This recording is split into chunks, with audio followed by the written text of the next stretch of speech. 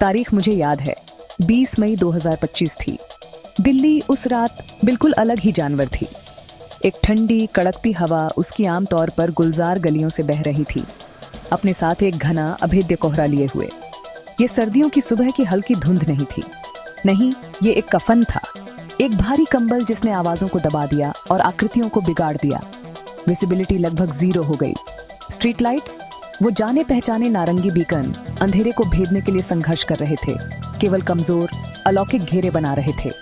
हर कोने में कोई रहस्य छिपा हुआ लग रहा था, हर परछाई किसी अनदेखी जिंदगी के साथ नाचती हुई लग रही थी। शहर, जो आमतौर पर लाखों जिंदगियों की सिम्फनी होता है, भयानक रूप से खामोश महसूस हो रहा था, अपनी सांसें रोककर। ये उस तरह की रात थी जो आपकी हड्डियों को कुतरती थी, आपको अपना कॉलर ऊपर खींचने पर मजबूर करती थी, आपको गर्मी तलाशने, उसके दमनकारी आलिंगन से आश्रय ढूंढने के लिए प्रेरित करती थी। रोहित, एक जवान लड़का जो एक कॉल सेंटर में लेट शिफ्ट करता था, इस भूतिया मंजर में बाहर निकला। 1 बजे ऑफिस, जो आमतौर पर एक्टिविटी का छत्ता होता था, घंटों पहले खाली हो चुका था।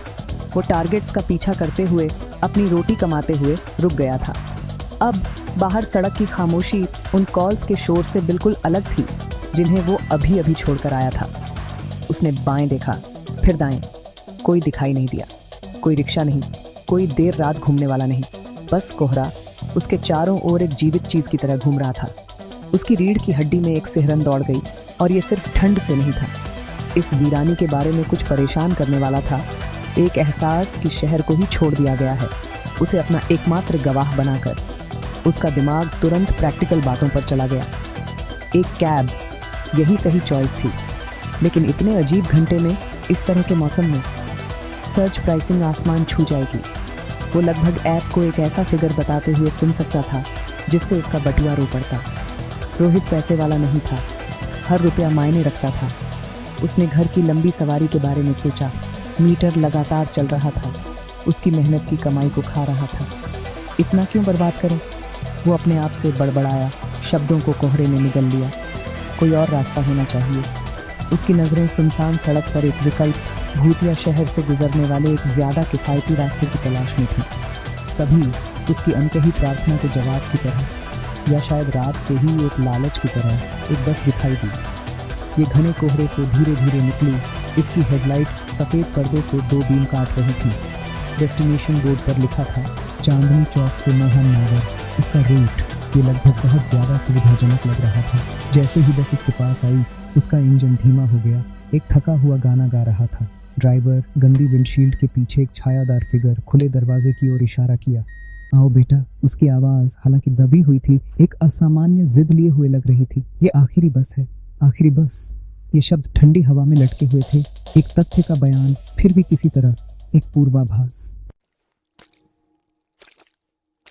रोहित एक पल के लिए हिचकिचाया। एक बड़ी रकम बचाने की संभावना ड्राइवर के सीधे निमंत्रण के साथ ने फैसला कर दिया। वो सीढ़ियां चढ़ गया। धातु की खनक शांत रात में जितनी होनी चाहिए उससे ज्यादा तेज गूंज रही थी। जैसे ही उसकी आंखें बस की मंद आंतरिक रोशनी में एडजस्ट हुईं, उसने देखा कि ये लगभग खाली थी। इस देर रात की सवारी में केवल 3 अन्य आत्माएं थीं। एक बुजुर्ग आदमी जिसका चेहरा झुर्रियों का नक्शा था, आगे की ओर खाली नजरों से घूर रहा था। पीछे एक महिला कोहरे से ढकी खिड़की के सामने सिलहूट अपनी ही दुनिया में खोई हुई लग रही थी। और फिर एक कोने की सीट पर एक आदमी बैठा था जिसकी मौजूदगी ने रोहित की रीढ़ की हड्डी में तुरंत बेचैनी की एक चुभन भेज दी। उसका सिर नीचे झुका हुआ था, उसका चेहरा पूरी तरह से परछाई से ढका हुआ था, उसके चारों ओर कुछ परेशान करने वाली आभा थी। उसे एक सीट मिल गई। शुरुआती अजीबता को दूर करने की कोशिश कर रहा था। एक बस है, उसने खुद से कहा, लेकिन ये वाली अलग महसूस हो रही थी। एक अजीब ठंड हवा के अंदर व्याप्त थी, जो पहले से ही ठंडी रात के बाहर से कहीं ज्यादा ठंडी थी। ये सिर्फ तापमान नहीं था, ये एक नम, चुभने वाली ठंड थी जो वाहन के ढांचे से ही निकलती हुई लग रही थी। सीटें छूने में बर्फीली लग रही थीं, धातु की रेलिंग जमी हुई लोहे की तरह। उसने अपने हाथों को आपस में रगड़ा, कुछ गर्मी पैदा करने की कोशिश की, लेकिन ठंड लगातार थी। उसके कपड़ों में, उसकी त्वचा में रिस रही थी, जिससे वो खुला और कमजोर महसूस कर रहा था। उसने दूसरे यात्रियों को देखा, सोच रहा था कि क्या उन्होंने भी इसे महसूस किया है, लेकिन उनके भाव या उनकी कमी ने कोई सुराग नहीं दिया। उसकी नजर अनिच्छा से झुके हुए सिर वाले आदमी की ओर बहती रही। उसकी स्थिरता, गति की पूरी कमी के बारे में कुछ बहुत परेशान करने वाला था। ऐसा लग रहा था जैसे वो सिर्फ सोया नहीं है, बल्कि पूरी तरह से कुछ और है। रोहित हर बार जल्दी से दूर देखता था। उसके पेट में चिंता की एक गांठ कस रही थी। उसने खुद को विचलित करने की कोशिश की, सांसारिक पर ध्यान केंद्रित करने की। इंजन की लयबद्ध आवाज, कभी कभी सस्पेंशन की चीख, लेकिन अन्य यात्रियों की भयानक खामोशी, अप्राकृतिक ठंड और झुके हुए फिगर की दमनकारी उपस्थिति ने एक ऐसा माहौल बनाया जो अनकही भयावहता से भरा था। वो एक सामान्य दिल्ली बस की परिचित अराजकता, बकबक, विक्रेताओं, इस खामोश ठंडी यात्रा के अलावा कुछ भी चाहता था। बस आगे की ओर लुढ़क गई। कोहरे से भरी सड़कों से धीरे धीरे रेंगना शुरू कर दिया। बाहरी दुनिया अस्पष्ट आकृतियों और मंद रोशनी का धुंधलापन थी। कोहरा खिड़कियों पर एक जिज्ञासु भूत की तरह दबा रहा था। तय किया गया हर किलोमीटर अनंत काल लग रहा था। शहर की सामान्य आवाजें, कुत्तों का दूर से भौंकना, ट्रैफिक की गूंज स्पष्ट रूप से अनुपस्थित थी। केवल बस के इंजन की नीरस आवाज और गीले डामर पर टायरों की हिस ही खामोशी को तोड़ती थी। रोहित तेजी से अलग थलग महसूस कर रहा था, जैसे कि बस और उसके मुट्ठी भर लोग शून्यता के समुद्र में बह रहे थे। उस जीवित, सांस लेने वाले शहर से अलग हो गए थे जिसे वो जानता था। यात्रा कम और किसी अनजान चीज में जाने जैसी ज्यादा लग रही थी। कुछ और किलोमीटर रेंगते हुए गुजरे, हर एक रोहित की बेचैनी के धागे को पतला कर रहा था। अचानक बुजुर्ग आदमी, जो इतना शांत था, अपनी सीट से उठ गया। वो अपनी उम्र के हिसाब से आश्चर्यजनक रूप से फुर्ती से चला गया। उसके कदम बस के रिब्ड फ्लोर पर शांत थे। वो रोहित की ओर बढ़ा। उसकी आंखें, जो पहले खाली लग रही थीं, अब एक अजीब, जानने वाली रोशनी लिए हुए थीं। वो पास झुक गया, इतना पास कि रोहित पुराने कपड़ों की हल्की, बासी गंध और कुछ अनिश्चित रूप से प्राचीन गंध सूंघ सकता था। उसकी आवाज, जब उसने बात की, मुश्किल से एक फुसफुसाहट थी, एक सूखा सरसराहट जो रहस्यों का भार उठाए हुए लग रही थी। ये एक ऐसी आवाज थी जो बाहर की हलचल भरी दुनिया की नहीं थी, बल्कि रात के शांत, भूले हुए कोनों की थी। इस बस से उतर जाओ बेटा। बुजुर्ग आदमी ने सांस ली। उसके शब्द रोहित के कान के खिलाफ हवा के ठंडे झोंके जैसे थे। ये डेस्टिनेशन तक नहीं पहुंचती। ये बयान सरल, सीधा था, फिर भी ये एक जोरदार प्रहार के साथ उतरा।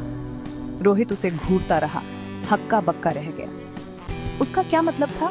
क्या ये किसी तरह का प्रैंक था, या बुजुर्ग आदमी बस कंफ्यूज्ड, दिशाहीन था? इससे पहले कि रोहित कोई जवाब तैयार कर पाता, इससे पहले कि वो अपने दिमाग में घूम रहे सवाल भी पूछ पाता, कौन सा डेस्टिनेशन? तुम किस बारे में बात कर रहे हो? बुजुर्ग आदमी सीधा हो गया। वो मुड़ा, शांति से बाहर निकलने की ओर चला गया और अभी भी चल रही बस से उतर गया। और फिर एक भयानक पल में वो सिर्फ कोहरे में कदम नहीं रखा, वो इसमें घुल गया, धुएं के एक झोंके में गायब हो गया जो रात में मुड़ा और गायब हो गया। रोहित का दिल उसकी पसलियों के खिलाफ तेजी से धड़क रहा था। अचानक बढ़ी हुई खामोशी में एक उन्मत्त ढोल की थाप। वो पलक झपकाता रहा, सोच रहा था कि उसकी आंखें उसके साथ खेल रही हैं। थकान और भयानक माहौल के कारण हुआ एक मतिभ्रम। धुआं गायब हो गया? ऐसा नहीं हो सकता, लोग ऐसे ही गायब नहीं हो जाते। उसने अपनी आंखों पर जोर डाला, गंदी खिड़की से घूमते कोहरे में झांका, लेकिन वहां कुछ भी नहीं था। बुजुर्ग आदमी का कोई निशान नहीं, कोई पैरों के निशान नहीं, उस मोटे सफेद कंबल में कोई हलचल नहीं जिसने बाहर की दुनिया को ढक रखा था। ऐसा लग रहा था जैसे वो कभी वहां था ही नहीं। रोहित की तेजी से भयावह होती कल्पना का एक अंश, लेकिन बुजुर्ग आदमी के शब्दों की ठंडक, उसकी चेतावनी का ठंडा डर बना रहा, बहुत असली, बहुत शक्तिशाली। दहशत रोहित के गले तक पहुंचने लगी। उसने अपना सिर घुमाया, उसकी नजर अन्य यात्रियों की ओर गई। खिड़की के पास वाली महिला चली गई। जिस सीट पर वो बैठी थी, एक खामोश देखने वाली सी भूत अब बिल्कुल खाली थी, और झुके हुए सिर वाला आदमी जिसने इतनी परेशान करने वाली आभा छोड़ी थी, वो भी गायब हो गया था। उनके जाने की कोई आवाज नहीं थी, दरवाजे खुलने की कोई आवाज नहीं थी, बस एक खाली जगह थी जहां वो कुछ पल पहले थे। रोहित बिल्कुल अकेला था। अकेला यानी ड्राइवर के अलावा, जिसका साया स्टीयरिंग व्हील पर झुका हुआ था, भूतिया वाहन को कोहरे से लगी रात में और गहराई तक ले जा रहा था। बस अब ठंडी लग रही थी, खाली, पहियों पर एक कब्र। एक आदिम भय, ठंडा और तेज, रोहित को भेद गया। उसकी आंखें दहशत से फैली हुई रियर व्यू मिरर पर टिकी हुई थीं। ड्राइवर का चेहरा देखने की कोशिश कर रही थी, एक ऐसा चेहरा जिसे उसने पहले ठीक से नहीं देखा था। मानो उसकी बेताब निगाहों को भांपते हुए ड्राइवर ने धीरे धीरे जानबूझकर अपना सिर घुमाया। मंद आंतरिक रोशनी ने उसके चेहरे को पकड़ लिया और रोहित का खून ठंडा हो गया, उसकी नसों में जम गया। ड्राइवर की आंखें मानवीय आंखें नहीं थीं, वे काले गड्ढे थे, कोयले की तरह, किसी भी रोशनी, किसी भी आत्मा से रहित। उसका चेहरा जला हुआ, फफोले वाला लग रहा था, जैसे कि वो आग से चला गया हो और लपटों को अपने साथ वापस लाया हो। एक भयानक, भयावह चेहरा जिसने घर की सुरक्षित यात्रा का नहीं, बल्कि किसी अकल्पनीय जगह के लिए एक मार्ग का वादा किया था। ड्राइवर के होंठ फटे और झुलसे हुए किसी ऐसी चीज में बदल गए जो एक मुस्कान हो सकती थी, लेकिन ये शुद्ध द्वेष का एक मुस्कुराहट थी। उसकी आवाज, जब उसने बात की तो अब सड़क से दबी हुई जिद वाली आवाज नहीं थी। ये एक कर्कश, एक कंठस्थ ध्वनि थी जो एक झुलसे हुए गले से अपना रास्ता बनाती हुई लग रही थी। अब बहुत देर हो चुकी है, ये शब्द बस के भयावह खालीपन में गूंज उठे। तुम्हें बुजुर्ग आदमी की बात सुननी चाहिए थी। अब तुम हमारे साथ रहोगे, हमेशा के लिए, हमेशा के लिए। ये शब्द एक मौत की घंटी थी, एक शापित आयाम के इस रोलिंग कोर्ट में सुनाई गई सजा। उसके लहजे में लापरवाह दहशत किसी भी चीख, किसी भी धमकी से ज्यादा भयानक थी। ये एक अपरिवर्तनीय, भयावह तथ्य का बयान था। रोहित तब चिल्लाया, एक कच्ची बेताब आवाज उसके आतंक की गहराई से फटी हुई। वो दरवाजे की ओर झपटा, उसके हाथ एक हैंडल, एक लीवर। इस मोबाइल दुःस्वप्न से बचने के लिए कुछ भी ढूंढ रहे थे, लेकिन दरवाजे बंद थे, कसकर बंद थे, मानो वेल्डिंग से बंद कर दिए गए हों। उसने खिड़कियों पर हथौड़ा मारा, उसकी मुट्ठियां ठंडे कांच से टकराईं, लेकिन वे टूटे नहीं, दरार भी नहीं आई। वे पिंजरे की दीवारों की तरह थे, बस अपनी अथक यात्रा जारी रखी। उसकी दहशत पर ध्यान न देते हुए उसे उस सब कुछ से दूर ले जा रही थी जिसे वो जानता था, घुटन भरे कोहरे के बीच में एक ऐसे डेस्टिनेशन की ओर जहां से कोई वापसी नहीं थी। मदद के लिए उसकी चीखें रात में निगल लीं, अनसुनी, अनुत्तरित। अगले दिन के अखबार में एक छोटा सा कॉलम था जो शहर की राजनीति और अपराध की सामान्य कहानी के बीच आसानी से छूट गया। हेडलाइन सपाट थी, अपनी संक्षिप्तता में भयावह। आखिरी बस में आदमी गायब, बस का कोई पता नहीं चला। रोहित चला गया था, बस शहर के रिकॉर्ड पर एक भूत उसके साथ गायब हो गई थी। वे कहते हैं, फुसफुसाते हुए, कि दिल्ली में अभी भी एक आखिरी बस है। ये हर रात किसी भूले हुए कोने से निकलती है। उसका इंजन अंधेरे में एक शोकाकुल करार है, लेकिन ये कभी भी अपने डेस्टिनेशन तक नहीं पहुंचती। इसलिए अगर आप कभी भी देर रात खुद को दिल्ली की सुनसान सड़क पर पाते हैं और आपको एक अजीब बस आती हुई दिखाई देती है, उसके दरवाजे आमंत्रित रूप से खुले हैं, तो चढ़ने से पहले 2 बार सोचें। बहुत ध्यान से सोचें, क्योंकि कुछ यात्राएं वन वे होती हैं।